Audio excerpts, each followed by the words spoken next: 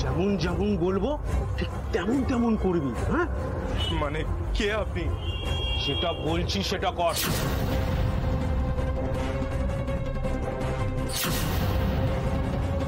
ওই কম পরের ঘুমের ওষুধের শিশিটা নিয়ে আয়।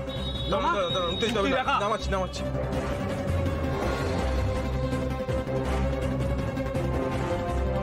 এবার ওই বেশি পরের ঘুমের ওষুধগুলো এর মধ্যে ভরে দিই।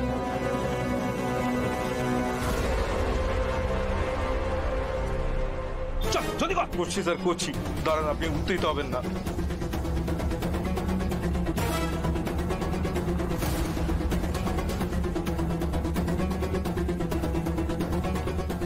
ভর ভর তাড়াতাড়ি ভর।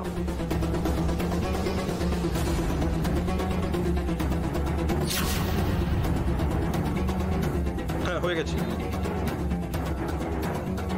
এবার কি করবো স্যার? শোন, এক্ষুনি একটা মেয়ে আসবে তোর ওষুধের দোকানে, ঠিক এই ওষুধটাই চাইবে। তুই শুধু এই ওষুধের কৌটোটা দিয়ে দিবি। কিন্তু ওটা খেলে তো। ডক্টর, কিছু একটা করুন, তাড়াতাড়ি ট্রিটমেন্ট শুরু করুন। হ্যাঁ, ট্রিটমেন্ট তো শুরু করবো, তার আগে তো আমাকে জানতে হবে যে কি হয়েছে, নাহলে আমি ট্রিটমেন্টটা শুরু করবো কি করে? ডক্টর, আর আমাকে একটা কথা বলুন, উনি সেন্সলেস হলেন কখন আর কিভাবে হলেন? আমি সবটা বলছি। আসলে ও অনেকগুলো ঘুমের ওষুধ খেয়ে ফেলেছে। মধুবনী যে ওষুধগুলো খেয়ে অসুস্থ হয়ে গেছিল, এখানে ভর্তি ছিল, ও সেম ডোজের ঘুমের ওষুধ খেয়ে ফেলেছে। আপনি প্লিজ ওকে বাঁচান, প্লিজ। মানে উনিও সুইসাইড করার চেষ্টা করতে গেছিলেন? তাহলে তাকে পুলিশকে ইনফর্ম করতে হবে। নো ডক্টর, এটা সুইসাইড নয়, ইটস অ্যান অ্যাক্সিডেন্ট। আমি আপনাকে সবটা পরে এক্সপ্লেন করবো। আপনি তাড়াতাড়ি ট্রিটমেন্ট শুরু করুন, কিছু একটা করুন প্লিজ। একবার তো মধুবনী ম্যাডামকে জানানো উচিত হচ্ছেটা কি এখানে। কিন্তু সাক্ষ্যজিৎ যেভাবে চেপে ধরেছে, এখন তো আর ফোন করা যাবে না। না, আগে বেসিক ট্রিটমেন্টটা দিয়ে দেওয়াই বেটার। নার্স, পেশেন্টের স্টমাক ওয়াশ করাতে হবে, ব্যবস্থা করুন, কুইক।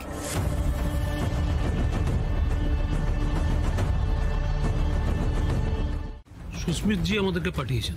ও, আপনারা এসে গেছেন, থ্যাংক গড।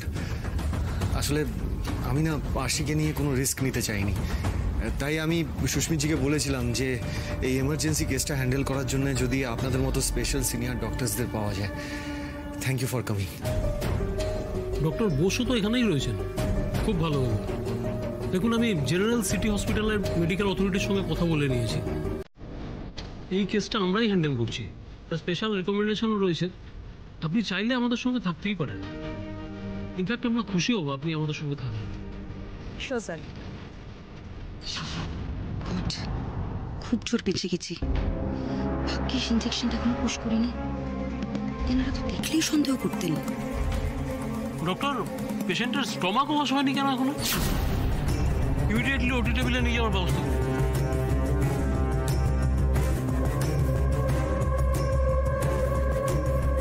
ডক্টর, আশি কিছু হবে না তো? মানে ডোন্ট ওয়ারি, আমরা তো রয়েছি, আপনি চিন্তা করবেন না। আপনি বাইরে গিয়ে ওয়েট করুন।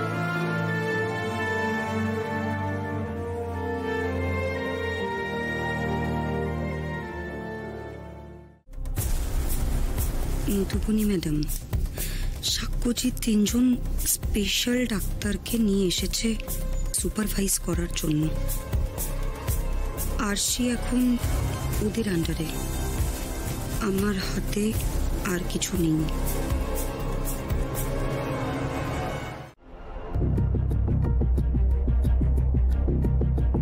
সাক্ষ্য, ঋতু, কি হচ্ছে আরশির? আর বলো না, আশি 10টা স্লিপিং পিলস খেয়ে ফেলেছে। মানে মধুদের ব্যাপারটা প্রমাণ করতে গিয়েও? হ্যাঁ ঋতু, প্রমাণ করতে গিয়ে, ইভেন প্রমাণ করার জন্য ও ফরেন্সিক ডক্টরের কাছে গিয়েছিল। আচ্ছা, তুমি নিশ্চয়ই জানো ব্যাপারটা? না, আমি অত ডিটেলসে তো জানি না, তবে ওর সন্দেহের ব্যাপারটা আমি জানি। এসব করার পর ও জানতে পেরেছিল যে মধু যে ওষুধগুলো খেয়েছিল তাতে কারোরই এরকম ক্রিটিক্যাল কন্ডিশন হয় না। তো ঠিক আছে না, তাই বলে ও নিজে ওষুধ খেয়ে নেবে? এত রিস্ক কেউ নেয়? যা আবার হলো, চোখের সামনে সেন্সলেস হয়ে পড়ে গেল। আরে বাবা, ঘুমের ওষুধ নিয়ে কেউ এক্সপেরিমেন্ট করে? এত হঠকারিতা কেউ করে? ঠিক আছে, সন্দেহ করেছে, আমাকে বলেছে, ফাইন না। ওকে কে প্রমাণ দিতে বলেছিল? এখন কি অবস্থা বলো তো? সাক্ষ্য, এবার অন্তত অন্তত তোমার বিশ্বাস হয়েছে যে আমি নাটক করিনি, যে আমি নাটক করলে অন্তত আরশির এই কন্ডিশন হতো না। মধু, মধু, এই অবস্থায় তুমি কেন হাসপাতালে আসতে গেলে? দেখ না, কতবার বারণ করলাম, আমি বললাম ঘরে থাকতে, যা খবর পেয়ে যাবে, কিন্তু কিছুতেই আমার কথা শুনলো না, চলে এলো। কি করবো বলো? আরশির এরকম কন্ডিশন শুনেও আমি চুপ করে বসে থাকবো বাড়িতে? দেখো, আরশির হয়তো আমার উপর রাগ থাকতে পারে, কিন্তু আমি তো অমানুষ নই। আর যেখানে আমার সম্পর্কেই অত সব উল্টো পাল্টা কথা ভেবে ওর এই কন্ডিশন হলো। মিস্টার চ্যাটার্জি, ডক্টর, বলছি আরশির কি অবস্থা এখন? ও ঠিক আছে তো? মিস্টার চ্যাটার্জি, পেশেন্টের কন্ডিশন খুব খারাপ।